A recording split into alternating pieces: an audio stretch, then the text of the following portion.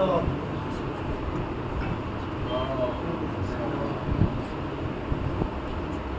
حول ولا قوة إلا بالله العلي العظيم.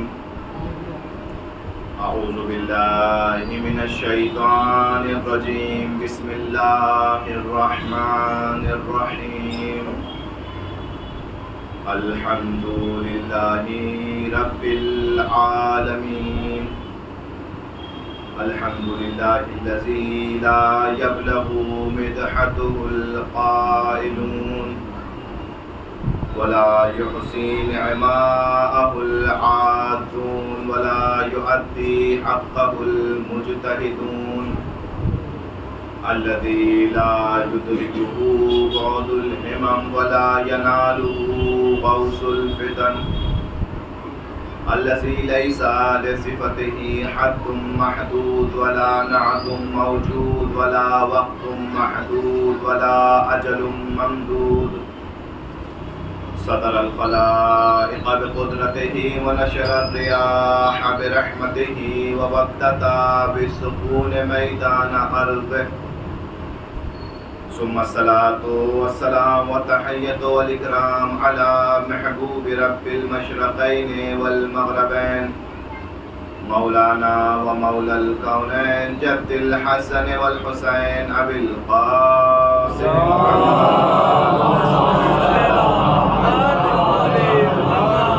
وعلى أهل بيته الأطيبين الأطهرين المعصومين المظلومين. ولعنة الله على أعدائهم أجمعين من يوم عداوتهم إلى قيام يوم الدين. رب اشرح لي صدري ويسر لي أمري واحلل عقدة من لساني يفقهوا قولي. أما بعد، قال الله الحكيم في كتابه الكريم. بسم الله الرحمن الرحيم. لنبلونكم بشيء من الخوف والجوع ونقص من الأموال والأنفس والثمرات وبشر الصابرين الذين إذا أصابتهم مصيبة قالوا إنا لله وإنا إليه راجعون. صلى الله عليه وسلم.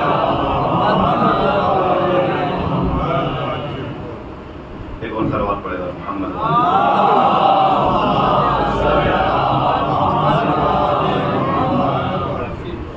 تمام تعریفیں اس پروردگار عالم کے لیے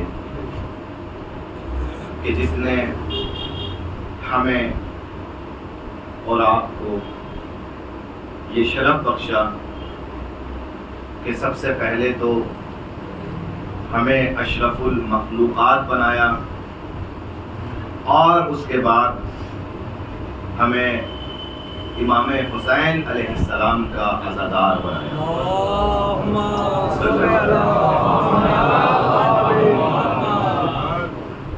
اور یقیناً دنیا کے کتنے بھی شرف انسان کو مل جائیں وہ شرف اس شرف کا مقابلہ نہیں کر سکتے کہ انسان دنیا میں عزادار کہلائے، انسان دنیا میں ماتمدار کہلائے، انسان دنیا میں حسینی کہلائے. آپ کتنے بھی شرف کیوں نہ پالیں مگر یہ شرف اگر کسی کو مل گیا تو واقعاً انسان دنیا میں بھی عزت دار ہو جاتا ہے، آخرت میں بھی عزت دار ہو جاتا ہے. عزیزان محترم، یہاں واقعاً انسان کو سوچنا چاہیے کہ کتنا شکر پروردگار کا کرے انسان، کتنا شکر کرے. کیوں؟ کیونکہ انسان کے لیے کہا گیا ہے کہ جس نعمت کو انسان محسوس کرے، درک کرے، اس نعمت کا شکریہ پروردگار عالم کی بارگاہ میں ادا کرے. اور یہ سب سے بڑی نعمت ہے ہمارے پاس کہ ہم امام حسین کے عزادار ہیں. ایک صلوات پڑھے محمد والے.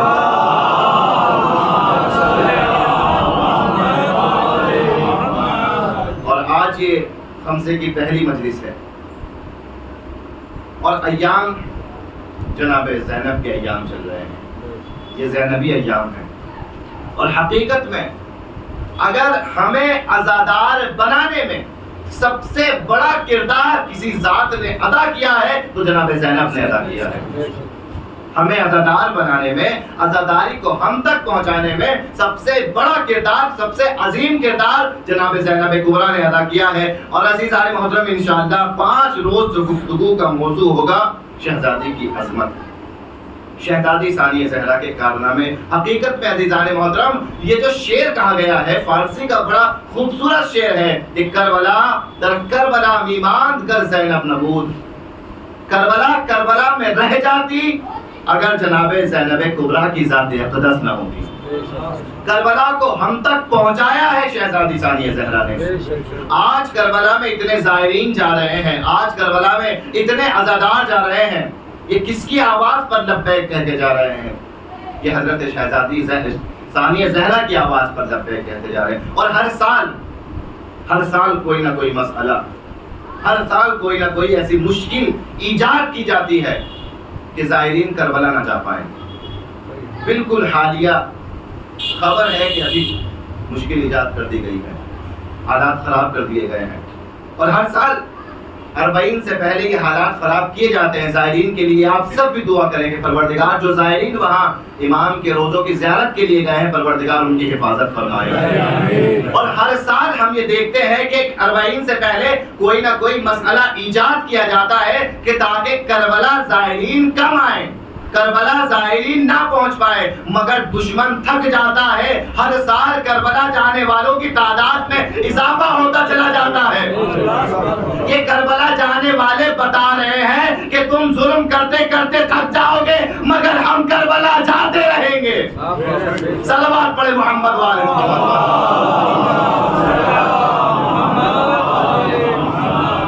یہ عزاداری حضرت ثانیہ زہرا نے ہم تک پہنچائی. اور عزیزان محترم یہ عزاداری وراثت نہیں ہے،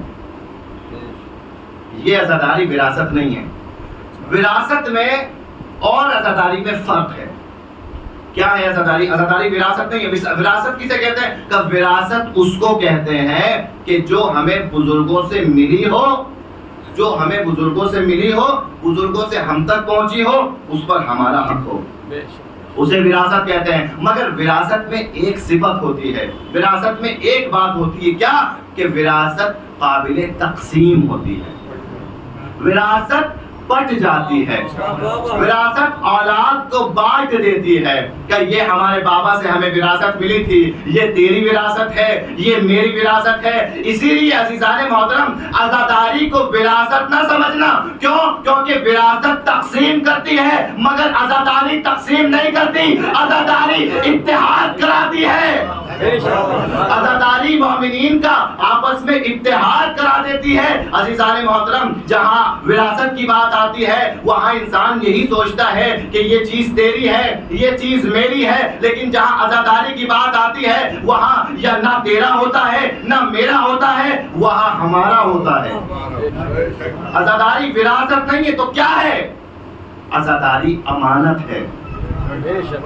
توجہ چاہوں گا، عزاداری وراثت نہیں ہے، عزاداری امانت ہے. عزیزو ایک مثال آپ کی خدمت میں پیش کروں گا. دنیا میں بہت اختلاف پائے جاتے ہیں، بہت اختلاف پائے جاتے ہیں. آپ دیکھیں دنیا میں ہر ایک سبب کے اوپر اختلاف ہے.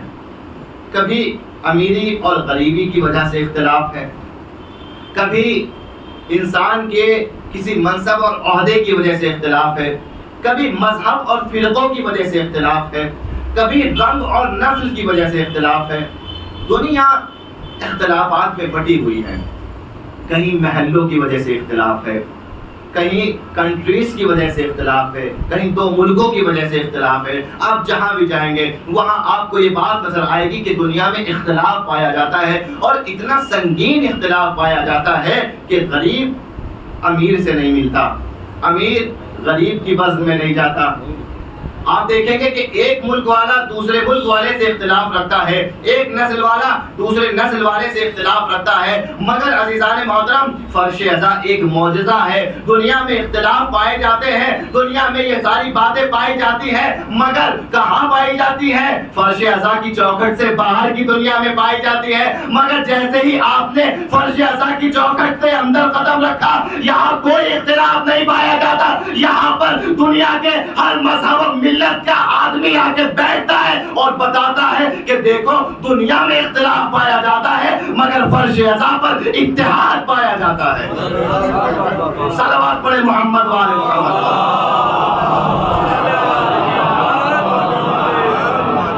عزاداری اختلاف مٹاتی ہے، اتحاد پیدا کرتی ہے، اتحاد کا مرکز ہے عزاداری۔ اور ایک بات عزاداری سید الشہداء میں ہے، وراثت اور عزاداری میں کیا فرق ہے؟ وراثت جب ہمیں ہمارے بزرگوں سے ملتی ہے تو وراثت ایک وقت ایسا آتا ہے کہ تبدیل ہو جاتی ہے، بدل جاتی ہے۔ ہم سے بزرگوں نے ہمارے لیے جو وراثت چھوڑی تھی، آپ دیکھیں کہ آج بھی 50 سال بعد وہ اسی صورت میں ملے گی؟ نہیں، بدل چکی ہوگی، کہیں پر بدل گئی ہوگی، کہیں پر ختم ہو گئی ہوگی۔ عزادار محترم، عزاداران سید الشہداء، وراثت اور عزاداری میں یہی فرق ہے۔ وراثت بدل جایا کرتی ہے مگر عزاداری نہیں بدلتی۔ عزاداری قوموں کو تبدیل کیا کرتی ہے، وراثت بدل جاتی ہے، عزاداری قوموں کو بدل دیتی ہے۔ جہاں جہاں بھی قوموں میں تبدیلی پائی جائے، ترقی پائی جائے، سمجھ لینا یہ ترقی عزاداری کی وجہ سے ہے۔ صلوات پڑھے محمد والے۔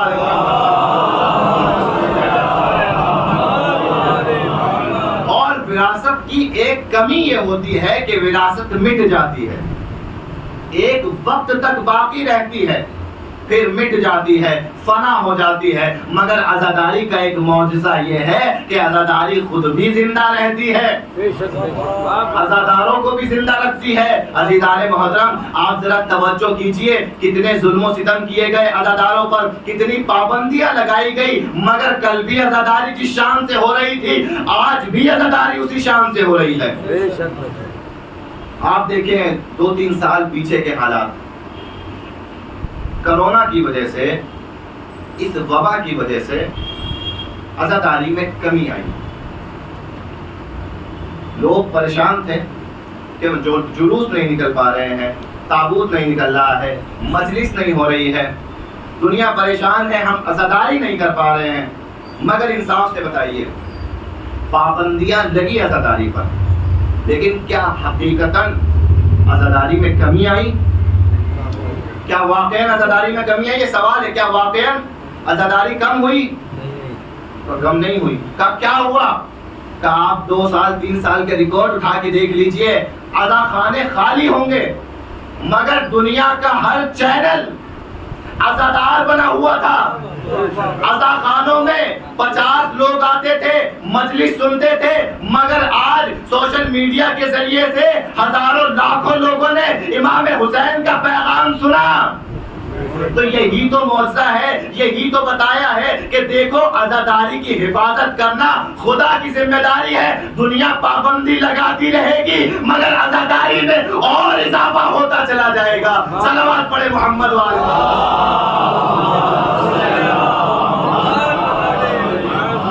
یہ ہے عزاداری کا کمال اور یہ ہے عزاداری۔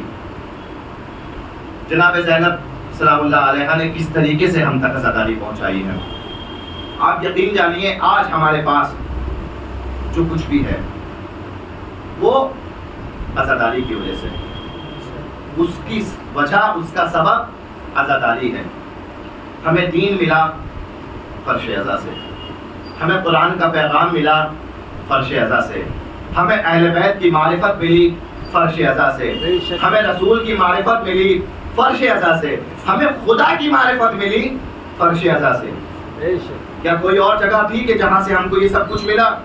جو بھی ملا ہمیں فرش عزا سے ملا۔ اچھا یہ چیزیں بھی فرش عزا سے ملی، ہمیں اگر دنیا میں بھی کچھ ملا تو فرش عزا سے ملا۔ عزت ملی فرش ازا سے، مقام ملا فرش ازا سے، بلندی ملی فرش ازا سے، دولت ملی فرش ازا سے، جو کچھ بھی ہمارے پاس ہے آج وہ فرش ازا کی بدولت ہے۔ تو اب یہاں مجھے یہ بات کہنے کا حق ہے کہ آج ہماری قوم کے پاس میں جو کچھ بھی سرمایہ موجود ہے اس کا سبب فرش ازا ہے۔ آج ہمارے پاس جو کچھ بھی موجود ہے وہ فرش ازا کی وجہ سے، اور آج اگر فرش ازا موجود ہے تو وہ زینب کبریٰ کی وجہ سے۔ صلوات پڑھے محمد والے محمد۔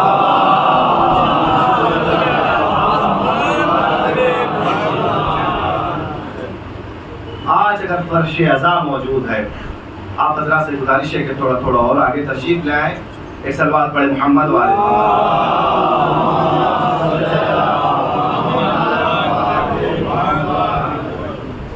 ایک اور صلوات پڑھے محمد والے۔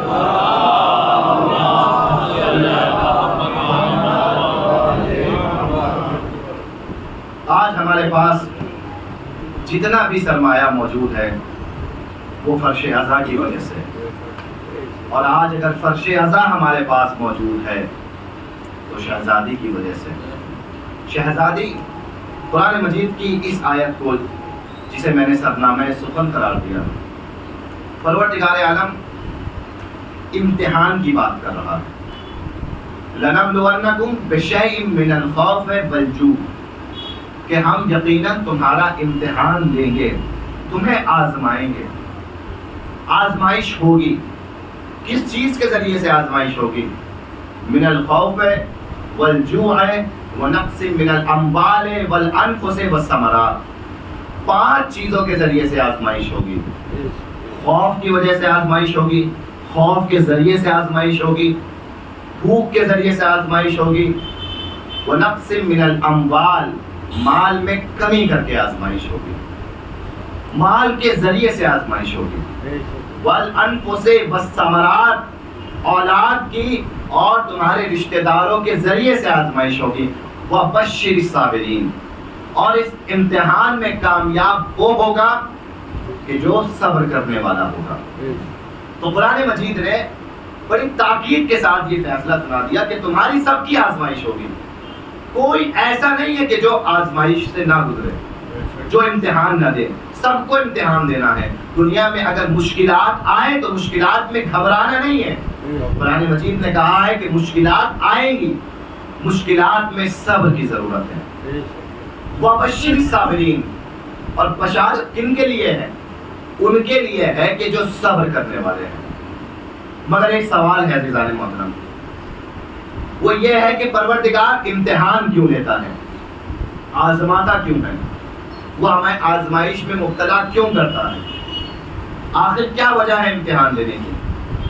وَبَشِّرِ الصَّابِرِينَ کہہ کے اس نے بتا دیا کہ وہ دیکھنا چاہتا ہے کہ صبر کرنے والے کون ہیں۔ مگر ایک سوال خدا سے کیا جائے کہ پروردگار تو نے ہمیں پیدا کیا، تو نے ہمیں خلق کیا، تو ہماری ذات سے واقف ہے، تو پہچانتا ہے کہ ہم کتنا صبر کر سکتے ہیں۔ جب تجھے پتا ہے پہلے سے کہ ہمارے اندر کتنی کیپیسٹی موجود ہے، کتنی ظرفیت موجود ہے، پھر امتحان کیوں لے رہا ہے؟ پھر آخر آزمائش کے ذریعے سے ہمیں آزمائش میں مبتلا کیوں کر رہا ہے، ہمیں مشکلات میں کیوں ڈال رہا ہے؟ تو عزیزان محترم، جب ہمارے ذہن میں سوال پیدا ہوا تو اس سوال کا جواب کسی اور نے نہیں دیا، اس سوال کا جواب ہمارے اسکول کے ایک ٹیچر نے دے دیا۔ اسکول کے ٹیچر نے دے دیا۔ جب ہم نے دیکھا کہ ہمارا بچہ اسکول میں پڑھنے کے لیے جا رہا ہے، پورے سال محنت کر کے پڑھا، اور ایک وقت وہ آیا کہ بچے نے کہا بابا کل امتحان ہے، کل امتحان ہے۔ اب جو امتحان کی خبر سنی بچے نے، بچے کو پتہ لگا، اب اس کو کسی چیز کا ہوش نہیں ہے، نہ کھانے کی پڑی ہے، نہ آرام کی پڑی ہے، بس وہ ہے اور اس کے ہاتھ میں کتاب ہے، امتحان کی تیاری کر رہا ہے، لگا ہوا ہے امتحان میں۔ تو آخر وجہ کیا ہے؟ ہم گئے اور جانے کے بعد ٹیچر سے پوچھا کہ یہ آپ نے اس کا امتحان کیوں رکھ دیا، آپ اس کا امتحان کیوں لے رہے ہیں، امتحان کی کیا ضرورت ہے؟ کہا امتحان تو دینا پڑے گا۔ کہا کیا چاہتے ہیں امتحان کے ذریعے سے؟ کہا امتحان کے ذریعے سے ہم یہ دیکھنا چاہتے ہیں کہ بچہ کتنا قابل ہے۔ تو ٹیچر سے سوال ہوا کہ آپ نے پورے سال بچوں کو پڑھایا، آپ کو پتا ہے کہ کون سا بچہ قابل ہے، کون سا بچہ قابل نہیں ہے۔ امتحان مت لیجئے، پہلے رزلٹ دے دیجئے کہ اس نے بہت اچھا پڑھا، یہ بہت قابل ہے، اس نے صحیح نہیں پڑھا، یہ فیل ہو جائے گا۔ کیوں؟ کیونکہ ٹیچر اپنے بچوں کو بہتر طریقے سے پہچانتا ہے۔ تو آپ کیوں امتحان لے رہے ہیں؟ آپ بہتر طریقے سے پہچانتے ہیں کہ کس نے اچھی کارکردگی انجام دی اور کس نے خراب کارکردگی انجام دی۔ تو ٹیچر نے جواب دیا کہ مولانا آپ کو پتہ نہیں ہے، ہم تو جانتے ہیں کہ کون بچہ کتنی قابلیت رکھتا ہے، کا پھر امتحان کیوں لے رہے ہیں؟ کا ہم جانتے ہیں، مگر ہم یہ چاہتے ہیں کہ سارا زمانہ جان لے کہ کون سا بچہ کتنی قابلیت رکھتا ہے۔ پروردگار بھی یہی بتانا چاہتا ہے، میں جانتا ہوں تم کتنے صابر ہو، مگر امتحان سے گزرو، سارا زمانہ جان لے گا کہ میرا بندہ کتنا بڑا صابر ہے۔ صلوات پڑھے محمد والے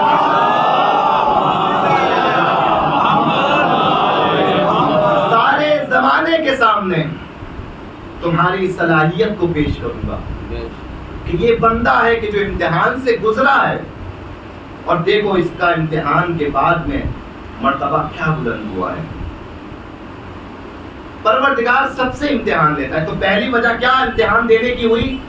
کہ پروردگار دکھانا چاہتا ہے زمانے کو کہ کون زمانے میں کتنا صابر ہے، جیسا جس سے امتحان لیا جاتا ہے۔ اور یہ عزیزان محترم، علماء اس بات کو کہتے ہیں کہ امتحان لینے کی دو وجہ ہو سکتی ہیں۔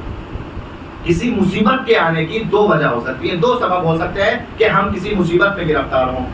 پہلا سبب تو یہ ہو سکتا ہے کہ یا تو وہ مصیبت ہمارے کسی عمل کا نتیجہ ہو، ہم نے کوئی غلط عمل انجام دیا، ہم مصیبت پہ گرفتار ہو گئے، پہلا سبب۔ دوسرا سبب کہ شاید ہمارا مقام خدا کے نزدیک بلند ہے اور خدا ہم سے امتحان لینا چاہتا ہے۔ یہ دو وجہ ہیں، علماء نے یہ دو سبب بیان کیے، یا تو ہمارے کسی عمل کے سبب سے یہ مصیبت ہم تک پہنچی ہے، اور یا خدا ہمیں اس قابل سمجھتا ہے کہ ہمارا امتحان لے۔ لیکن ہمیں کیسے پتہ لگے کہ یہ جو ہم مشکل وقت سے گزر رہے ہیں یہ کس وجہ سے ہے؟ آئے یہ مشکل ہمارے عمل کا نتیجہ ہے یا پروردگار کی طرف سے امتحان ہے؟ کوئی ایسا پیمانہ پروردگار عالم نے دیا ہے؟ آیت اللہ شیخ انصاریان سے سوال کیا گیا اور پوچھا گیا کہ قبلہ یہ بتائیے کہ مشکل کس وجہ سے آتی ہے؟ کچھ لوگ کہتے ہیں مشکل اس وجہ سے آتی ہے کیونکہ پروردگار امتحان لیتا ہے اپنے خاص بندوں کا۔ کچھ لوگ کہتے ہیں مشکل اس وجہ سے آتی ہے کہ خود انسان کبھی ایسے اعمال انجام دیتا ہے، مشکل میں گرفتار ہو جاتا ہے۔ مگر ہمیں کیسے پتہ لگے کہ ہماری مشکل کس وجہ سے ہے؟ ہمیں کیسے پتہ لگے عزیزان محترم؟ ہم کسی کے بارے میں فیصلہ نہیں کر سکتے، ہم کسی کے بارے میں طے نہیں کر سکتے کہ کون کس مصیبت میں کس وجہ سے گرفتار ہوا ہے۔ آیت اللہ انصاریان نے جواب دیا کہ دیکھو یہ مسئلہ علم غیب سے تعلق رکھتا ہے۔ خدا نے کسی کو بتایا نہیں کہ تمہاری طرف جو مشکل آئی ہے وہ امتحان کی وجہ سے ہے یا وہ مشکل تمہارے عمل کی وجہ سے، کسی کو نہیں بتایا۔ وہ علم پروردگار عالم نے اپنی ذات سے مخصوص رکھا کہ میں جانتا ہوں کہ تمہارے اوپر یہ مصیبت تمہارے اوپر یہ آزمائش کس وجہ سے ہے۔ تو آخر کیوں پروردگار عالم نے اس کا علم خود تک محدود رکھا؟ تو ان عالم دین نے بڑا خوبصورت جواب دیا اور یہ کہا اس وجہ سے کیونکہ اگر کسی کو پتہ لگ جائے کہ میری یہ مصیبت اور میری یہ مشکل میرے اعمال کا، برے اعمال کا نتیجہ ہے تو وہ مایوس ہو جائے گا، اور اگر اسے یہ پتہ لگ جائے کہ میری یہ مصیبت کے ذریعے خدا مجھے آزمانا چاہتا ہے تو وہ مغرور ہو جائے گا۔ اور پروردگار اپنے بندے کو نہ مایوس دیکھنا چاہتا ہے نہ مغرور دیکھنا چاہتا ہے۔ تو پروردگار عالم نے کہا کہ دیکھو مجھے معلوم ہے میں تمہیں نہ مایوس دیکھنا چاہتا ہوں نہ مغرور دیکھنا چاہتا ہوں۔ تو پروردگار تو چاہتا کیا ہے؟ کہ دو چیزیں میں تم سے چاہتا ہوں، ایک چیز کا نام ہے صبر، ایک چیز کا نام ہے شکر۔ صبر کرتے چلے جاؤ، امتحان میں تمہیں کامیاب کرتا چلا جاؤں گا۔ صلوات پڑھے محمد والے۔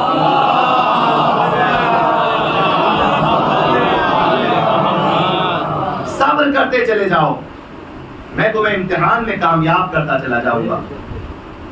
امتحان کے ذریعے سے انسان کی فضیلتوں کا پتہ لگتا ہے۔ کہ امتحان سے گزرا ہے، یہ خدا سے نزدیک ہوا ہے یا خدا سے دور ہو گیا ہے؟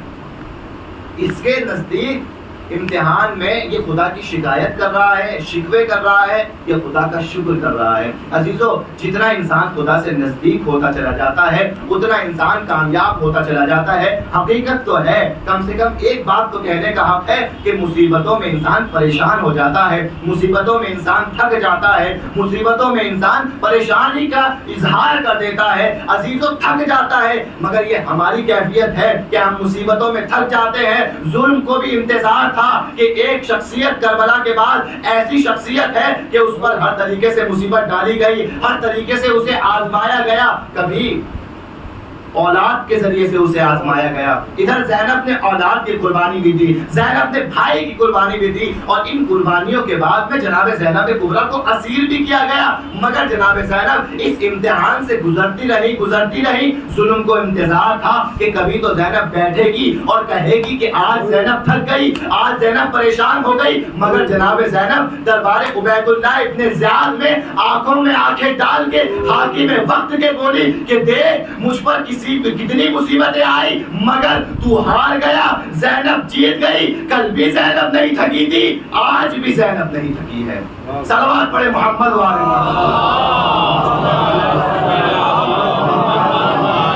آج بھی زینب نہیں تھکی ہے۔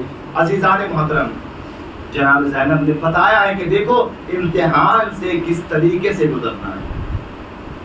جناب زینب نے جب دربار میں پہنچی ہیں تو کوئی شکایت نہیں کی، کوئی شکوہ لب پہ نہیں تھا۔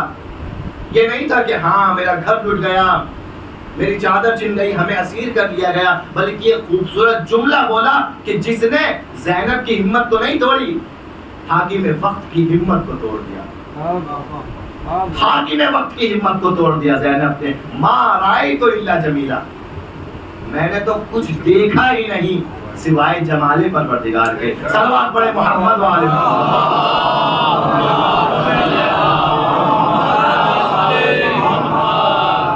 مگر عزیزان محترم، ضرورت ہے کہ ہم اس عزاداری کی حفاظت کریں، یہ ضرورت ہے، امانت ہے جناب زینب کبریٰ کی عزاداری۔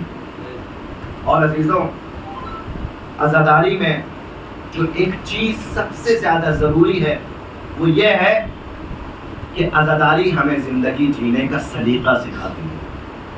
یہ فرش عزا ہمیں زندگی گزارنے کا سلیقہ سکھاتی ہے۔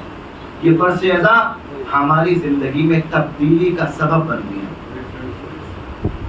کردار اگر ہمارا فرش عزا کے ذریعے سے حسینی بن گیا تو اس عزاداری کی ہمیں واقعاً اس عزاداری کی کامیابی سمجھنی چاہیے۔ آپ دیکھیں، کردار حسینی اگر ہو گیا تو ہم واقعی عزادار ہو جائیں گے۔ عزادار ہونے کے لیے کالا لباس پہننے کی ضرورت ہے؟ کیا عزادار ہونے کے لیے ہاتھوں میں کڑا ڈالنے کی ضرورت ہے؟ کیا عزادار ہونے کے لیے دکھانے اور بتانے کی ضرورت ہے کہ میں عزادار ہوں؟ نہیں عزیزان محترم، پہلے اپناؤں ذرا سیرت و کردار حسین، پھر میرا حق ہے کہ کہلاؤں عزادار حسین۔ عزادار کہلانے کے لیے، عزادار خود کو ثابت کرنے کے لیے کہنے کی ضرورت نہیں ہے کہ میں عزادار ہوں، میں عزادار ہوں، بلکہ اپنے کردار کو حسینی بنا لو، زمانہ خود کہے گا یہ دیکھو حسین کا عزادار ہے۔ صلوات پڑھے محمد والے۔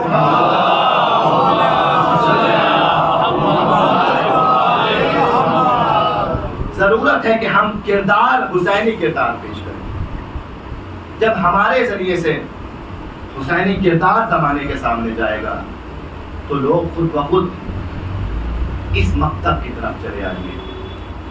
عزیزوں، جناب زینب نے سارے امتحان دیے، تمام امتحان جناب زینب نے دیے۔ جناب زینب نہیں تھکی، جناب زینب نہیں روئی، جناب زینب نے شکوہ نہیں کیا۔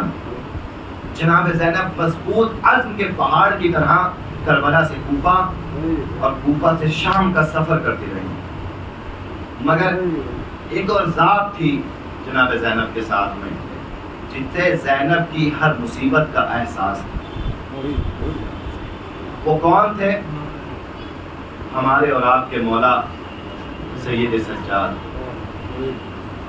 امام کو زینب کی ہر مصیبت کا احساس تھا. عزیزان محترم، ماہ سفر کا چاند نمودار ہو گیا. زینب کو اسیر کر کے شام کی جانب لے جایا گیا. زینب اسیر ہو گئی. عزیزوں، سب سے بڑی مصیبت جانتے ہیں کون سی مصیبت ہے؟ امام سجاد کے لیے سب سے بڑی مصیبت کون سی ہے؟ کربلا کی شہادتیں بھی مصیبت ہیں. کربلا کی شہادتوں پر بھی امام سجاد نے آنسو بہایا ہے. مگر جب بھی کسی نے سوال کیا، اے ابن رسول اللہ، اے مولا یہ بتائیے کب تک روئیں گے، کب تک روئیں گے؟ تو امام نے پہلے اپنے رفقا کی شہادت کو اشارے میں بتایا. کہا دیکھو یعقوب کا ایک یوسف آنکھوں سے دور ہو گیا تھا، اتنا روئے تھے کہ آنکھیں بے نور ہو گئی. مگر منہال، ارے ذرا انصاف تو کرو، میرا ایک نہیں 18 یوسف کربلا کے میدان میں میری آنکھوں سے دور ہو گئے. اب سجاد کو کیسے قرار آئے؟ منہال چاہنے والا تھا، سمجھ گیا. منہال نے کہا مولا آخر یہ تو بتائے، شہادت تو آپ کے گھر کی میراث ہے. آپ کے دادا شہید ہوئے، آپ کے بھائی شہید ہوئے، آپ کے چچا شہید ہوئے، آپ کا کنبہ شہادت پانے کے لیے پیدا ہوا، تو پھر کیوں گریا کرتے ہیں؟ تو ایک مرتبہ امام نے کہا اے منہال، ارے تو نے انصاف نہیں کیا. شہادت تو ہمارے گھر کی میراث ہے، مگر کیا یہ بھی میرے گھر کی میراث ہے کہ اہل بیت کے گھرانے کی عورتیں کربلا سے کوفے سے شام بے مقنع و چادر اور منادی ندا دے حاضہی زینب حاضہی کلثوم. خدا آپ کو کوئی غم نہ دے سوائے غم سید الشہداء کے. عزیزان محترم، جب بھی امام کے سامنے پانی لایا جاتا تھا، امام اپنے بابا کو روتے تھے. عزیزو جانتے ہیں کتنے زخم تھے زین العابدین کے دل پر. ایک زخم تھا اپنے بابا کے بے کفن ہونے کا زخم. 11 محرم کو جب چلے تھے تو کربلا کے میدان میں اپنے بابا کے لاشے پہ گرا دیا تھا امام نے. ایک مرتبہ زینب نے اٹھایا، اٹھانے کے بعد کہا بیٹا سید سجاد، ارے کیا تم بھی چھوڑ کر جانا چاہتے ہو؟ کہا پھوپھی اماں، ارے اس بیٹے کو کیسے صبر آئے جس کے باپ کا جنازہ بے گور و کفن پڑا ہو، مگر بیٹے کے ہاتھوں میں ہتھکڑیاں، پاؤں میں بیڑیاں. جناب سجاد کو بڑا غم تھا اپنے بابا کی بے کفنی کا، مگر ایک غم اور تھا جو بڑا عظیم تھا امام کا غم. وہ کون سا غم تھا عزیزان محترم؟ وہ غم تھا کہ جہاں امام سجاد نے بھی اپنے آپ کو لاچار محسوس کیا. وہ کون سا غم تھا عزیزوں؟ آپ جانتے ہیں بہنوں کو بھائیوں سے کتنی محبت ہوتی ہے. بہنوں پر جب بھی برا وقت آتا ہے، مصیبت کا وقت آتا ہے، بہنیں اپنے بھائیوں کو پکارتی ہے، بہنیں اپنے بھائیوں کو آواز دیتی ہے. عزیزان محترم، سکینہ کو بھی سجاد سے بہت محبت تھی. جانتے ہیں سجاد نے کہا خود کو سب سے زیادہ لاچار پایا ارے شام و کوفہ کے راستے میں. جب بھی سکینہ کے تماچے پڑتے تھے، سکینہ کہتی تھی بھیا ارے مجھے تماچوں سے بچاؤ، مگر سجاد ہتھکڑیوں کو سنبھالتے تھے. اے میری بہنا، ارے مجھے معاف کرنا، ہاتھوں میں ہتھکڑی، پاؤں میں بیڑی، اپنی بہن کو نہ بچا پاؤ. سیعلم الذین ظلموا ایہم الانقلاب ینقلبون. انا للہ و انا الیہ راجعون. ماتم حسین.